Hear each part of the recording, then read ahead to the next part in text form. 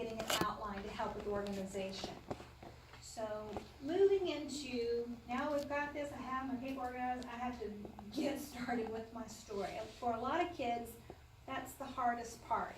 Once they get going, they're good, but it's like that getting going part. So Gretchen Barney, again, this is pulling off of her work, talks about getting started with introductions, and she shares 3 different ways. And I went back and looked at our state writing samples for examples of these to see the paper has 4 to 4. Did I see evidence of these? And they're there. So I thought it was important to include it, now, because it is crunch time for us. Show where you are and what you're doing. The example she uses, I sat on the steamy hot bench, eagerly awaiting the start of the game. I was slated to be the starting pitcher. Boy, wouldn't we love that, to have words where I was slated to be. But they're writing like a reader, aren't they? So I think anytime we can highlight good language like that for our kids, we need to do so. I would encourage you to have an anchor chart for introductions. And when you read aloud to your kids, when you get a really good one like that, write that on the chart. I would be putting that one on the chart. That's a great example. How do you get started? You show where you are and what you're doing. A similar example of that was in our, probably the quickest way is to do it this way, papers this morning.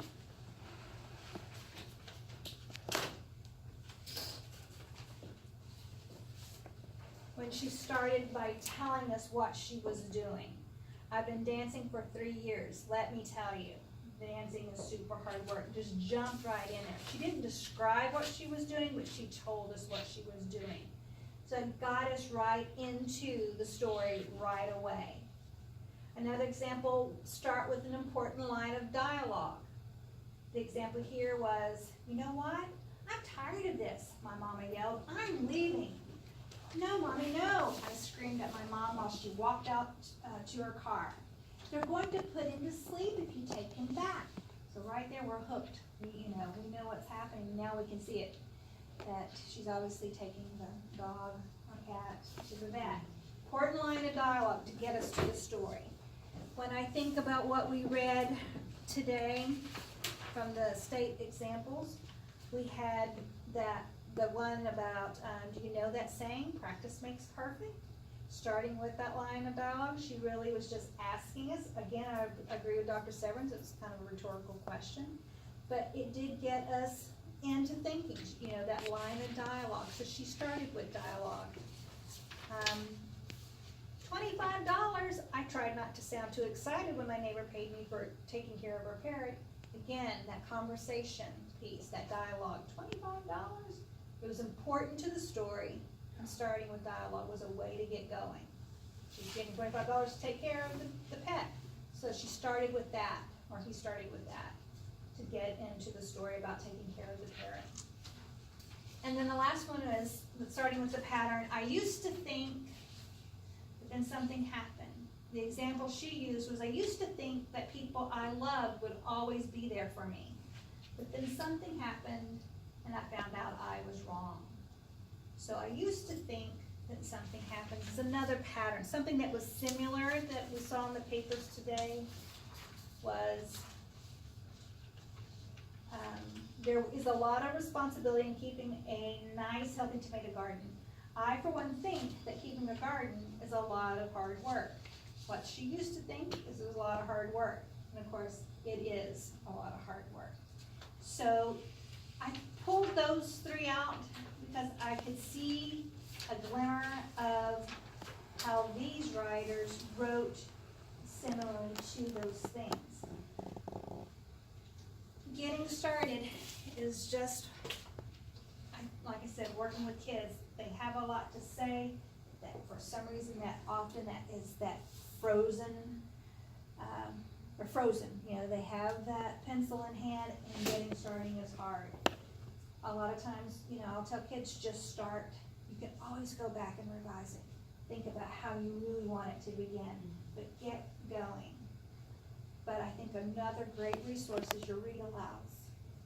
picking up those one-liners. Jeff Anderson is another, person that I use a lot of his work, and we're gonna share some ideas out of his books this afternoon. I brought 4 of them, but, the one that we're gonna use mostly today is Everyday Editing.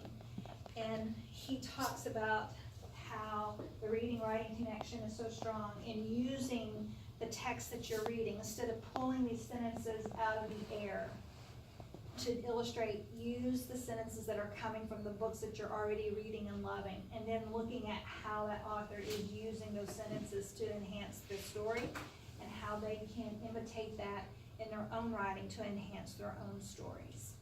So using your read alouds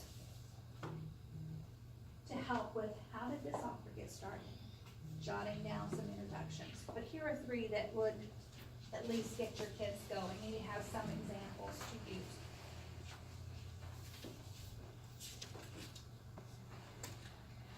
Preparing the final copy. Another thing that I think is important for your kids to know, that it's their responsibility, is that before they walk away from their paper, or before they raise their hand and turn it into you, they all have the responsibility to look at that final copy. The expectation, it's non-negotiable responsibility to look to see if they have paragraphs, did they indent them? Does the story make sense? They have to proofread to make sure, are there words or letters left out? Do my sentences have punctuation marks, spelling errors? You know, they need to fix as much as they can. Make sure the dialogue has quotation marks, and their handwriting, is it too big, too small? Is it illegible?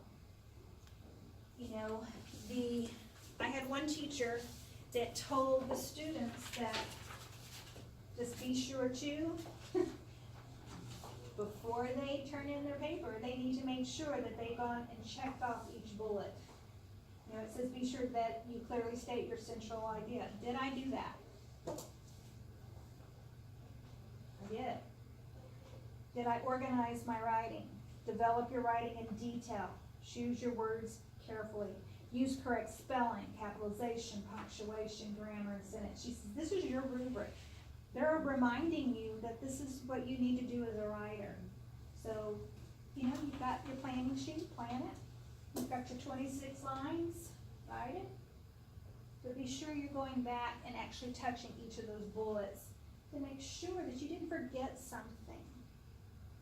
So, letting kids know the expectation is, this is important. So before you turn it in, make sure you've done preparing your final copy. That you've done all of that. Because it's easy to forget. We get focused on the message that sometimes we forget the things that we know. It's 11:40. Thank you. Okay, revising and editing. This was actually in the afternoon, so I'm just gonna set it up, and how about we go ahead and go, and then we can come back. Does that sound good? And that way we can get started for the afternoon. The afternoon session will be, revising and editing portion, is the larger part of what, our students are scored on. The writing is 25%, and then, the composition piece of it, and then of course the revising and editing is the larger portion. So we will go into some instructional strategies that you can take into your classroom to address each of those T's when we come back. While you're at lunch, be thinking about anything that you feel like we need to address that we haven't so far as far as roadblocks. So before you leave, put those Post-it notes here. I know some of you have some things for us, and Stephanie and I will come by and pick those up. So anything right now that you can foresee as a roadblock, whether it be scheduling, materials for Writers Workshop, I don't know what if you have folders, or you're gonna need some kind of system for our kids to collect their writing. Anything that you would like for us to address this afternoon, if you can leave that on your parking lot on your table, we'll come by and pick those up.